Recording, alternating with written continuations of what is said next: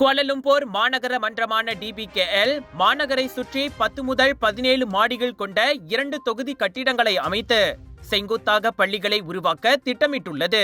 குவாலலும்பூரில் ஏற்பட்டுள்ள நிலப்பற்றாக்குறை மற்றும் அதிகரித்து வரும் மக்கள் தொகையை கருத்தில் கொண்டு இந்த பரிந்துரை முன்வைக்கப்பட்டுள்ளதாக கூட்டரசு பிரதேச அமைச்சர் டாக்டர் ஜலிஹா முஸ்தபா கூறினார். பல வளர்ந்த நாடுகளால் ஏற்றுக்கொள்ளப்பட்ட அத்திட்டத்தை செயல்படுத்துவது குறித்து கல்வி அமைச்சுடன் விவாதிக்கப்படும் என்றார் அவர். மைதானம் மற்றும் கட்டுமான தொகுதிகளை உள்ளடக்கி 10 முதல் 17 மாடிக்குள் 2 கட்டிடங்களை எழுப்பும் இம்மாதிரியான கட்டுமானம் ஆஸ்திரேலியாவில் பரவலாக செயல்படுத்தப்படுகிறது.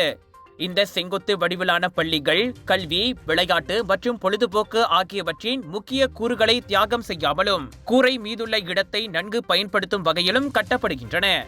குவாலலும்பூரில் நிலப்பற்றாக்குறை நிலவுவதால் பள்ளிகள் மற்றும் மண்டபங்கள் உள்ளிட்ட அடிப்படை வசதிகளின் கட்டுமானம் குறித்து பத்துபஹாட் நாடாளுமன்ற உறுப்பினர் மக்களவையில் கேட்ட கேள்விக்கு டாக்டர் ஜலிஹா பதிலளித்தார்.